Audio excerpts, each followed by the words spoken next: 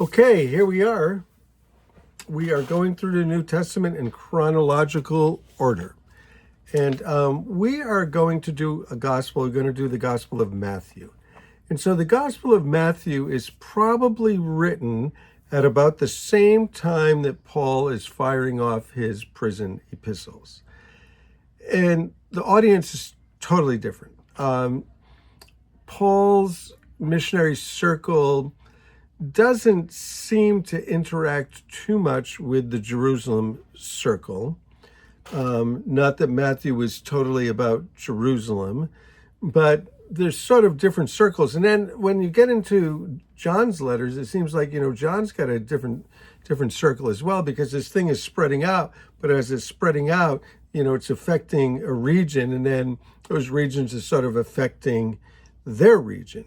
And so Matthew is writing the gospel around the same time that the Apostle Paul is firing off those prison epistles. And he's writing them because he's in prison, and he writes to the church at Ephesus because, he started that church. He writes to the church at Colossae because it's sort of like the child of Ephesus, or the grandchild of, one of Paul's church plants, so to speak. So around the year 60, maybe, and this is the same time that Paul is writing these letters. So it seems like a long time. If Jesus ascended in the year 33 and now we're at the year 60, we're really going down the pipe, before these gospels are written. So why Matthew, and why is he writing at this time? Well, because it is expanding. The gospel is expanding. And Luke told us that many people have undertaken to write accounts, but he wanted to give you an orderly account. And so there's a lot of gospels floating around, seemingly. And Matthew is writing to the Hebrew community, who they have big questions about this stuff. They're Hebrews. They've grown up around this stuff for millennia, so forever, they've been following this, centuries. So he writes to clarify some things. So we'll just jump right in with Matthew and see how far we can get in this first chapter. The first one is, it's the genealogy. It starts out Matthew chapter 1, the genealogy of Jesus the Messiah, the son of David, the son of Abraham. Well, these genealogies were important. When you read First Chronicles, you get all kinds of genealogies. Why were they keeping those genealogies? Well, to show the priestly line. And certainly they used those genealogies when they came back from the exile to see where the priest should serve and who the people were that should be serving. But the genealogies also served to the kingly genealogies to show us that Jesus could have been the rightful heir to the throne of Israel. So here's one genealogy. Luke gives another one. This is the genealogy of Jesus the Messiah, the son of David. So he starts, talking about the son of David, who was the son of Abraham. So he goes on. Abraham was the father of Isaac. Okay, Abraham, Isaac. Isaac was the father of Jacob. Right, and Jacob, the father of Judah and his brothers. So Judah ends up being the southern kingdom and his brothers, the northern kingdom. Judah, Judah and his brothers. Judah, he became the father of Perez. Why is Judah important? Well, Jesus is going to come from the tribe of Judah. Judah, the father of Perez and Zerah, whose mother was Tamar. Well, you have a woman in the genealogy, very, very strange, very, very odd. This would not ordinarily happen. Well, Tamar is the interesting story of the prostitute. And so Jesus has a prostitute in his family tree. Hara of Haras. Perez, the father of Hezron. Hezron was the father of Ram. Ram was the father of Abinadab. Abinadab was the father of Nahshon. Nahshon was the father of Salmon. Salmon was the father of Boaz, whose mother was Rahab.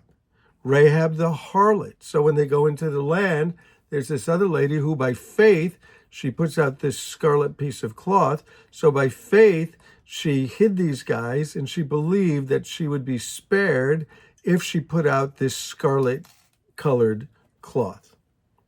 And she was Boaz, whose mother was Rahab, and Boaz, the father of Obed, whose mother was Ruth. So now you're getting even deeper and deeper into these ladies and questionable backgrounds. Obed, the father of Jesse, and Jesse was the father of King David. Well, they loved King David, and they wanted King David to rule on the throne again.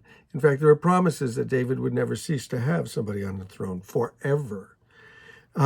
David was the father of Solomon, whose mother was Uriah, so another mother in there. And this is a crazy case, where David has Uriah killed, and, he has this adulterous affair with this lady. Solomon, the father of Rehoboam, Rehoboam, the father of Abijah, Abijah, the father of Asa, Asa, the father of Jehoshaphat. Now, these aren't the only kids that they had, but this is the kingly line going through it. Jehoshaphat, the father of Jeroam, Jeroam, the father of Uzziah, Uzziah of Jotham, Jotham of Ahaz, Ahaz Hezekiah, Hezekiah Manasseh, Manasseh Ammon, Ammon Josiah, Josiah the father of Jeconiah, and his brothers at the time of the exile to Babylon. So all the way to Babylon, they get exiled into Babylon. They're still keeping records. After the exile to Babylon, Jeconiah was the father of Shediel. Shediel was the father of Zerubbabel. Zerubbabel was the father of Abuhad. Abuhad Elkanah. Elkanah Azar. Azar Zadok. Zadok Acham. Acham Elohud. Elohud Eliezer. Eliezer Matham. Matham the father of Jacob, another Jacob. Jacob the father of Joseph, the husband of Mary, and Mary was the mother of Jesus, who is called the Messiah. So the 14 generations in all, from Abraham to David, 14 from David to Babylon, 14 from the exile to the Messiah. So there's the family tree of Jesus, with those ladies in there, those ladies of ill repute, the questionable situations. That's the family tree of Jesus. Jesus is the rightful heir to the throne of Israel. Very important for Matthew, writing to Jewish people. Jesus was the rightful king. But he would be a different kind of king, even though he was or could have sat on the throne of Israel. This is how his birth came about. His mother Mary was pledged to be married to Joseph, but before they came together, they were found to be pregnant through the Holy Spirit. Because Joseph, her husband, was faithful to the law and didn't want to expose her with public disgrace, he had in mind to divorce her quietly. But after he'd considered this, an angel of the Lord spoke to him, appeared to him in a dream, and said, Joseph, son of David, don't be afraid to take home Mary as your wife, because what is conceived of her is from the Holy Spirit. She'll give birth to a son, and you are to give him the name Jesus, because he will save his people from their sins. Jesus, Joshua, Yeshua, means he will save his people from their sins, the Jewish people from their sins. All this took place to fulfill what the Lord had said through the prophet. The virgin will conceive and give you birth to a son, and they'll call him Emmanuel, another name meaning God with us. And of course, this is the Christmas passage that's used a lot, speaking of Jesus the Son, Emmanuel, which means God with us. Now Joseph woke up, he did what the angel had commanded him, took Mary as his wife, but he didn't consummate the marriage until she gave birth to the son, and he gave him the name Jesus, just as he was told.